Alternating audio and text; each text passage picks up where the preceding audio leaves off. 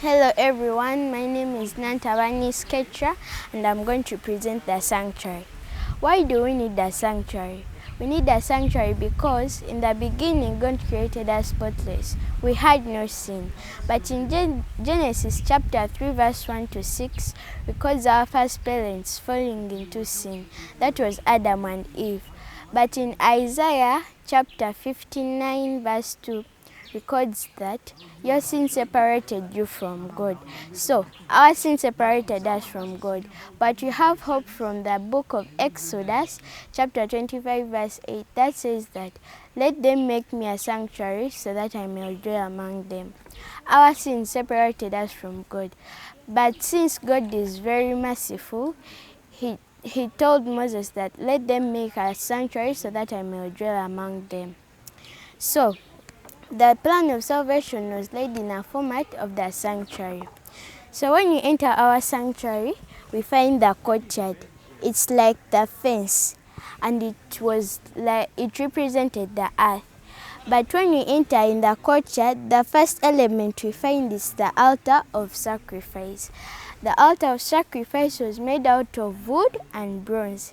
The wooden part represented Jesus Christ in his humanity, and the bronze part represented Jesus Christ in his divinity.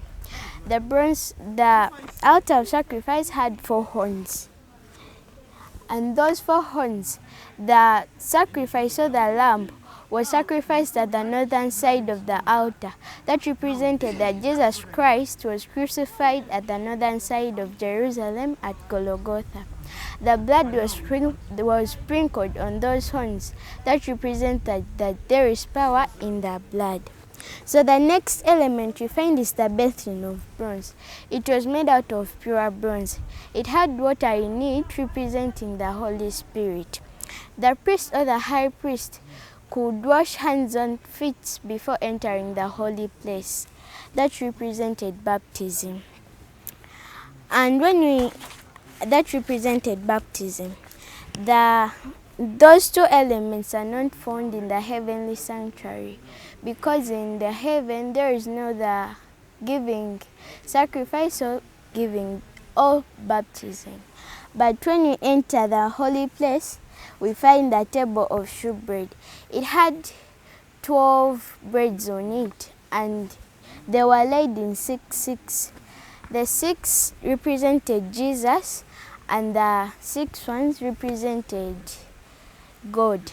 And those 12 breads represented the body, the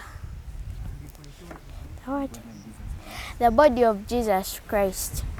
When we are in the holy place, but when you go on the left hand, there is the 7 candlesticks. The high priest could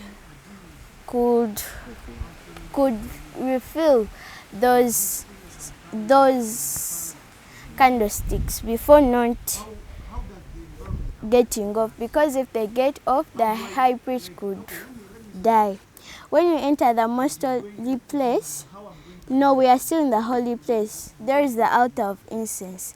The incense represented the prayers of the children of God.